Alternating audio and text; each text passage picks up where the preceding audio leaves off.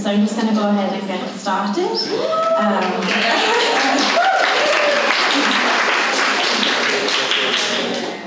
So I'm just going to start by introducing myself. So my name's Amy Odene. I'm the Global Corporate Relations Coordinator for the Humane League, and I'm based in the UK team. I live in the north of the UK, which is relatively close to Scotland, in Newcastle, with my partner and our daughter, who you can see here adores spending time with animals. I'm going to talk today about the global cage-free movement, touching on present success and also talking through the challenges we face in eradicating cages completely. Across the globe, billions of hens are confined to cages. Over 5 billion hens laying 1 trillion eggs every single year, a completely incomprehensible figure. And I really wanted to try and think of a way that I could quantify this that was inclusive and to make this kind of unbelievable figure even nearly comprehensible. And I found population size to be relatively useful, and so this is my first attempt. It would be 7 times the population of Europe. That's how many hens are currently confined to cages. Or even more topical for where we are now, it would be 130 times the population of Poland. But it's still really difficult to comprehend, right? So I worked out, albeit over quite some time as my maths is not great, and made sure that this was fact-checked by our data and research analyst, Alex Zucchi. If you stood each of the 5 billion caged hens side by side with their wings outstretched, how many times do you think they would be able to circulate the globe? 10. 1. 7. 4. 100 times. Yes. Good news, but not such good news. Sure. 100 times around the globe. The number is mammoth. And when I talk to friends and family about the work that I do, they say, oh, but you know, hens aren't in such bad conditions in the UK. We don't treat animals like this in Europe. And okay, to some extent it's true, we don't have barren battery cages. In 2016, the EU banned barren battery cages. However, even in so-called enriched cages, which are used across Europe, as you know, the environment is still extremely stressful. The birds have little room to move around and spend their days standing on these metal bars. Hens have many amazing natural behaviours, imperative to their well-being, that they're simply unable to express inside a cage. They dust bathe, which is amazing to watch if you've ever seen. They perch and, of course, would love to have the ability to spread and flap their wings. I've been lucky enough to have some rescue hens at our home, and watching them in their natural habitat is amazing. So I would highly recommend. I know we see quite a lot of traumatic footage, but if you're ever able to find some footage of just seeing hens in their natural environment, they're amazing to watch, so inquisitive. And when looking at the sheer scale of the problem, it's clear to see that hens are some of the most abused animals across the globe, and in numbers equate to far more than any other land animal raised for food. They endure intense suffering of mutilation and deprivation in their really confined conditions, unable to truly live like the active and social beings that they are. Hens can typically live into their teens, however, confined to cages and bred to produce as many eggs as possible, are considered spent after just 72 weeks. It's also worth noting that these birds will be some of the longest suffering animals raised for food, due to the length that these birds are living within these conditions before they're sent to slaughter. But fear not, we're making progress. In regions such as the US, cages are beginning to fall. Key players across all food sectors have committed to eliminating cages, with over 500 commitments across North America. The Humane League Labs just published a comprehensive report on US egg production data, which shows a huge increase in the percentage of hens living in cage-free systems, currently at just over 20%, which, as you can see from just 5 or 10 years ago, is a huge step in the right direction. The work was really just getting started in the US in 2000, and this started with university campuses making commitments through to huge commitments being made in 2015, where brands like Sodexo, McDonald, Subway, and all food service companies made commitments, sparking a momentum and a landslide of corporate commitments across all sectors. The US egg industry has predicted that by 2025, this number will be as much as 75% cage-free. And this is from the industry itself, who've been historically pessimistic. This just shows the amazing work on the ground in the US, the complete surge in the movement. And similarly, across Europe, home to some of the largest egg producers in the world, animal protection groups have secured 750 cage-free commitments. And of course, this number is ever increasing. With the European Commission reporting in 2017 that nearly 50% of hens across Europe now reside in cage-free systems. In places such as Denmark, they're literally ripping cages out and bulldozing cage farms to the ground. In France, EU's largest egg-producing country, the entire food industry and even egg producers themselves are completely moving away from cages. All evidence of this rapid sea of change, which has all taken place in a really short amount of time. And alongside ending corporate support of cages regionally, or country by country, it's also helpful to disrupt import and export markets and to help close any of those loopholes. And this progress in Europe is certainly contributing to this on a large scale, as we completely disrupt one of the largest industries on the planet in a relatively short space of time, with limited resources compared to the industry itself, and a relatively small group of incredible activists. And now globally, which is where my work is focused, there are over 65 cage-free policies, where companies have committed to go cage-free across their entire global portfolio. And we're also now pushing for these global commitments to include committing to publicly reporting on progress annually and to translate the policy into all major regional languages. Here are just some of the biggest names to make this global commitment, which have been achieved through a mixture of meaningful dialogue to campaigns, with most recently Best Western making this commitment earlier this year. I'm sure you're able to recognise some of the brands here. And while some of these commitments were gained through dialogue, sometimes huge global campaign efforts from animal protection groups have been required to encourage some companies to commit, such as Hilton earlier this year, which many of you were involved in, where this relentless group of activists, many of whom are here, came together to show Hilton and their customers what we thought of their cruel cages. And with these commitments coming into place, we're seeing public progress reporting, and those companies who aren't currently doing this are starting to as standard practice.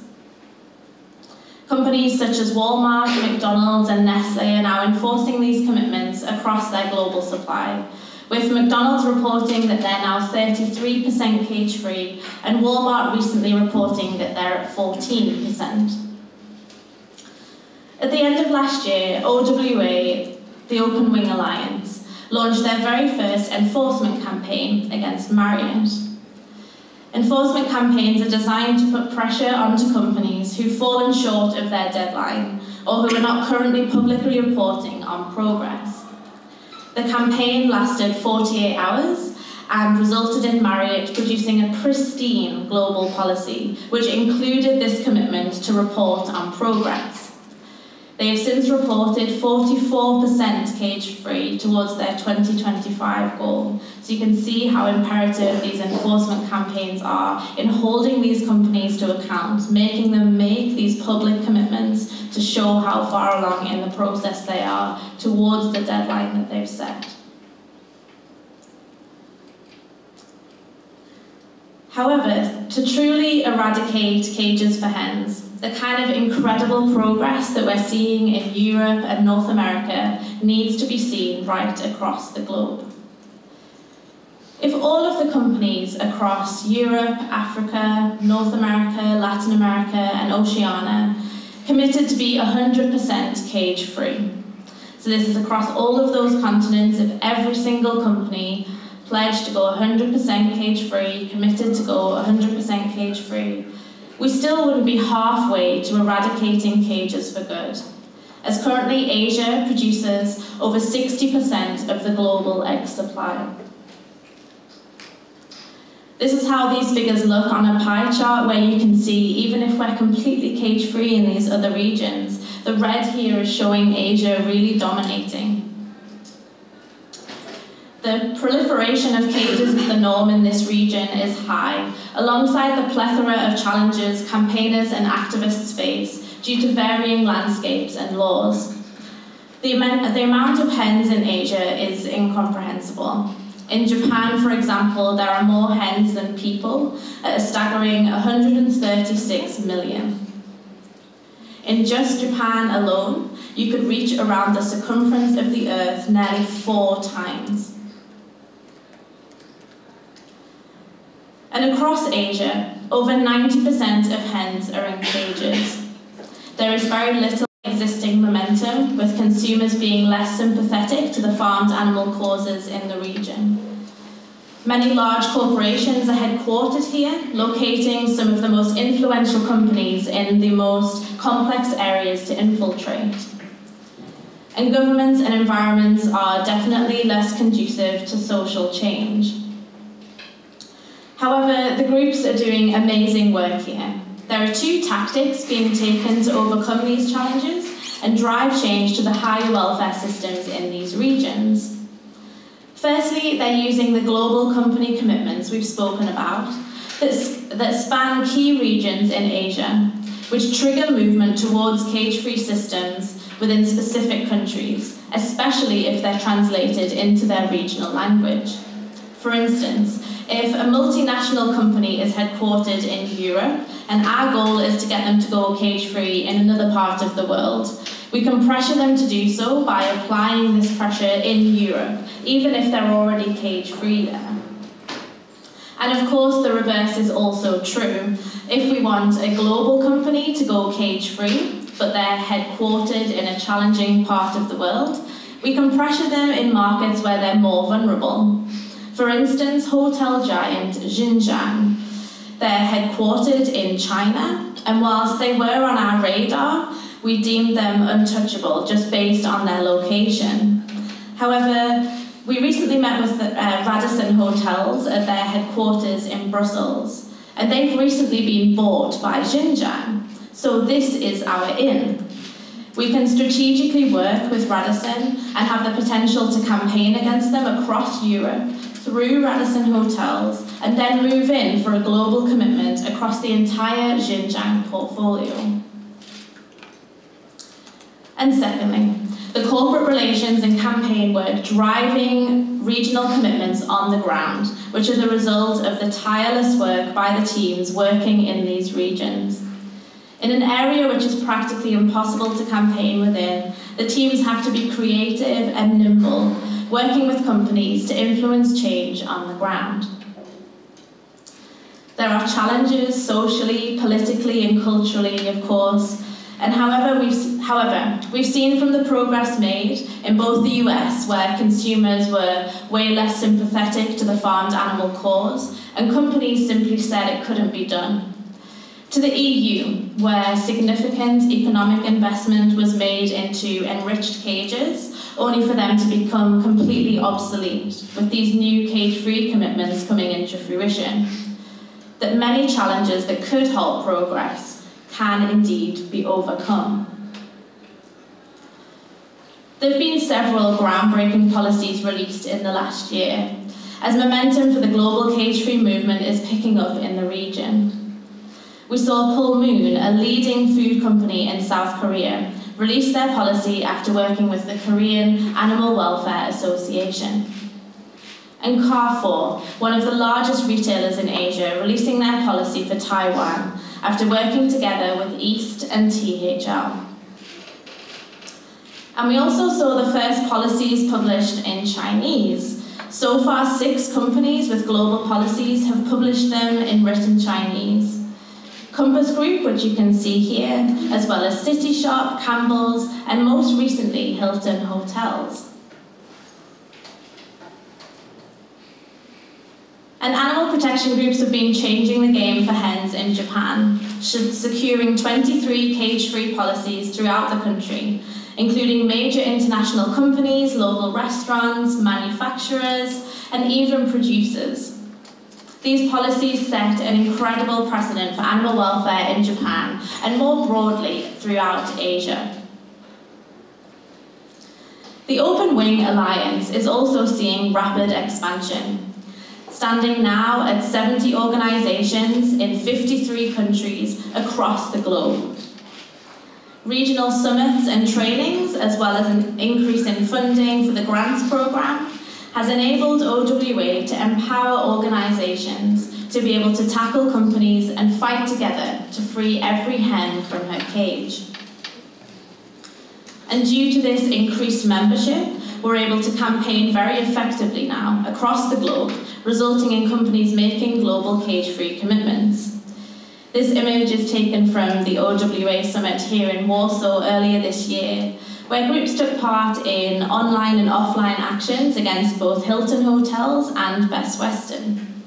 And while Hilton committed in a matter of hours, Best Western, who were a more challenging target, caved 1 month later in June, committing to going cage-free across their entire global portfolio, as well as committing to public reporting on progress and translating into those major regional language, something that's imperative for the movement building in Asia.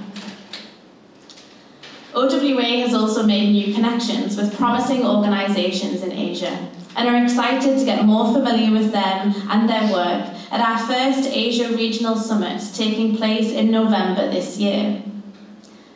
OWA expansion in Asia will be a major focus in the coming years, recruiting new groups, hopefully hiring a regional coordinator, giving more grants there, and facilitating movement building in this region. And we're also looking at other significant regions, such as Latin America and Africa. Latin America remains extremely significant, producing 11.4% of global egg supply, home to 464 million hens. And after Japan and China, Mexico is up there with the top consumption rates of eggs per capita. One challenge here is to do with the region having very little regulation and no jurisdiction security. For example, last month in Brazil, the Ministry of Agriculture decided to abandon the term cage-free. And so for almost 40 days, producers couldn't sell cage-free eggs. And the same could happen across most Latin American countries. Most countries have representatives from the agricultural industry with a heavy presence and influence on politics. They basically rule the Senate and legislate for themselves. Due to social inequality and challenging distribution of lands, producers that can offer cage-free eggs are in specific areas of countries in the region. And so it makes it really difficult to get a commitment that covers the whole country. There are also limitations on the countries in the region currently covered by animal rights groups, animal protection groups, which currently we have in Brazil and Mexico, making national policies extremely challenging to achieve. And consumers have a low understanding of animal welfare and are completely disconnected from where their food comes from. And so, coupled with this and the lack of consumer demand, the producers need high investment to go cage-free. There's no incentives from the government. In fact, on the contrary, in most countries there's lobbying against cage-free. So we can see that this environment is extremely challenging. In Africa, which is another extremely interesting region, it has some major economies, enormous populations, and generally low egg production. However, Africa may be an extremely important area in the future. Many global companies that we meet with have mentioned that they're anticipating Africa will become increasingly important economically over time, and some have started expanding business there now in order to get a foothold. We have our second OWA summit being held there this year in Cape Town, in South Africa, who are producing an estimated 10 billion eggs per year, which is a sixth of all of the eggs in Africa. Home to 38 million hens, 85% of whom are in cages. And whilst not a huge producer now, Africa may be in the future. And so we want to make sure that we are training groups in cage-free work so that we too have a foothold in the region. And we can be on the front foot, making sure when the production, if the production does increase, cage-free is already on the radar. We're also seeing progress in other regions as we attended the first major animal rights conference in Russia. It was held in St. Petersburg, where OWA now has the support of 3 major animal protection organisations, who the team are actually going to train next week. These groups will start working on cage-free work and utilise these global commitments, which already include Russia, to apply regional pressure on the ground. The Hilton policy was actually one of the first policies to be translated into Russian, showing that asking for the commitments to be translated plays a huge role for these groups to be able to take that commitment and start working successfully in the region. Whether they're doing the work themselves or they're just getting started, these translations are making it possible. And there's also another phase in eradicating cages, which is the end goal, of course, and this is legislation. These company commitments have undoubtedly paved the way for animal organisations to start legislative work, banning cages at governmental levels. In the US, California, Massachusetts, Michigan, Ohio, Oregon, and Washington now have legislative bans on using cages in egg production within the state. And more recently, California, Massachusetts, Washington, and just in the last few days, Oregon have gone a step further and banned the sale of caged eggs within their states too. This is an incredibly important step, ensuring that the imports from state to state are directly impacted by this legislation. And with the incredible groups working on the ground in the US, I expect we can see many more states joining these steps in the years to come. And there's also the recent European Citizens Initiative, which saw a petition for the ban of cages for all farmed animals reach over 1 million signatures. This legislative effort has not only brought this subject to a governmental level in places such as the UK, where it will be debated, it has also brought this topic further to the public eye, showing the public that the current environments we expect these animals to live within are cruel and cannot be sustained. Whilst the topic I've been covering is directly related to hens, this legislation covers all farmed animals in cages, such as farrowing crates for sows, individual calf pens, as well as other poultry and rabbits currently confined to cages. This initiative has paved the way for this work to be brought to the public eye, and success for this legislation would be a monumental win for the animals. And so, looking forward to the cage-free movement and what this means for our work and how we can work collaboratively to achieve our goals. We want to continue to raise this debate globally, make sure it's on the agenda. We want to support regional groups to be doing cage-free work. Use the incredible global momentum to drive regional change in these challenging areas. We want to make sure we're getting all global commitments translated and communicated regionally. It's one thing getting the global commitments translated, but also it's a further push to make sure that these countries are communicating this to both their customers and the actual individual companies within the region. And we want to enforce the global policies. It's the same as the translations. It's one thing getting the companies to commit, but seeing that they're publicly reporting, making sure that they're on track towards their deadline is a really important part of our work moving forward. And so I truly believe that through global strategy and collaboration, we will continue to make great progress on both a corporate and legislative level across the globe to finally end the practice of caging hens for good. Thank you.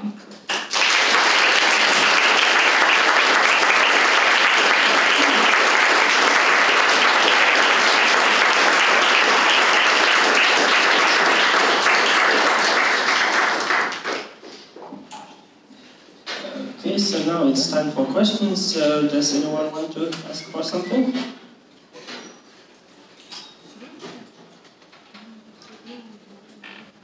No questions? Okay.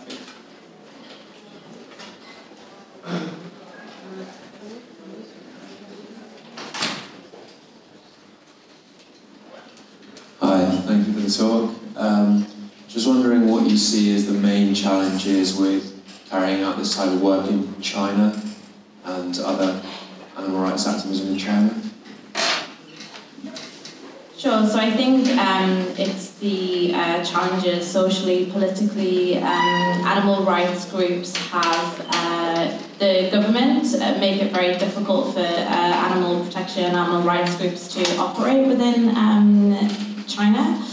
I think the climate is, just socially and politically challenging, right? And so, I think there's many challenges that China have. It's very difficult to campaign against companies, and the kind of tactics that we use across Europe and the US just aren't able to be used in the majority of Asia and obviously China. And so, just the climate that's there is just extremely difficult for us to be able to replicate tactics that are working in other parts of the world. And so, the region just continues to be challenging. However, these global efforts are really are able to drive work there. And so I think when we're getting commitments in areas that are more vulnerable or susceptible to things like campaigning, and so we get a commitment that covers countries in China, it's definitely helping, and is a big kind of focus for us to make sure that we are kind of getting into the region in one way or another. It's a challenging one, for sure.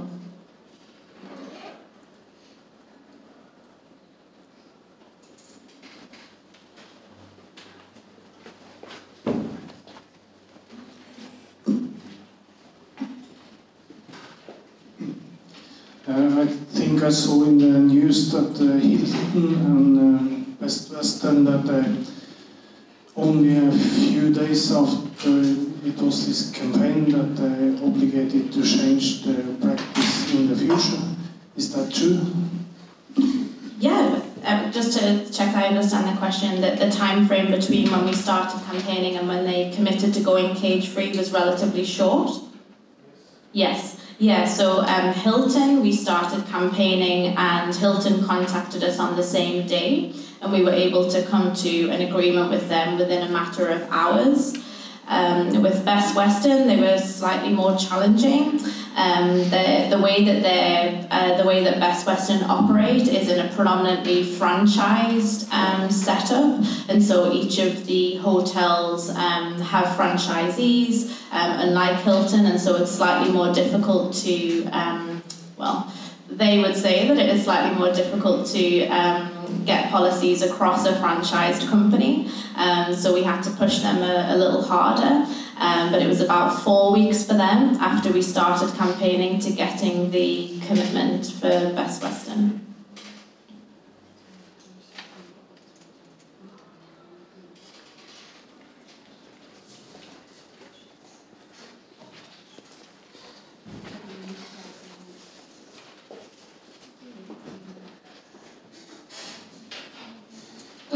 have a question. What are the consequences for the companies where they won't stop using cage eggs after the deadline? What are the consequences, or what are the strategies we have? Sure, it's a great question. I think enforcement is a really important part of the work that we're doing, and so this is about the public reporting on progress. And so that is what we're asking for as standard in global commitments moving forward. And actually, any companies that don't currently have this in their commitment, we're going back to and revisiting and asking them to lift their policy language in line with the standards that we now have across the board going forward. And so we're asking them to include this public reporting. And so this means that every year in their corporate sustainability report is normally where this sits. They're starting to report on their progress. And so we're able to kind of track the company's progress and make sure that we're not just saying, okay, you've made a commitment for 2025 and then having no contact, and then in 2025 they say, we didn't do it. You know, every year we're seeing this, these increments of progress, and you know, it's our responsibility to hold them to account. You know, that's the enforcement campaign for Marriott was a great example of that, where they were falling short on some deadlines, and we pushed hard and showed, you know, we're not. You've made a commitment. And especially when they are publicly reporting, you know, we want them to make sure. We want to make sure that they're being transparent to their consumers, and so actually they leave themselves very open for continuous campaigning. If they make a public commitment and then don't follow through, just as they would in any other region of their kind of corporate responsibility. So yeah, we're just making sure that we're really staying on top of these enforcement statements, and making sure that it's not a shock when we get to 2025 and they've done nothing. You know, we're making sure we're on the case from really early on.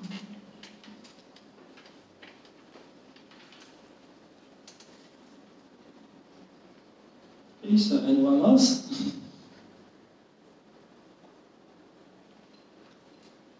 Okay, so I think that's probably everything has been answered. So thank you once again, Amy, for this lecture.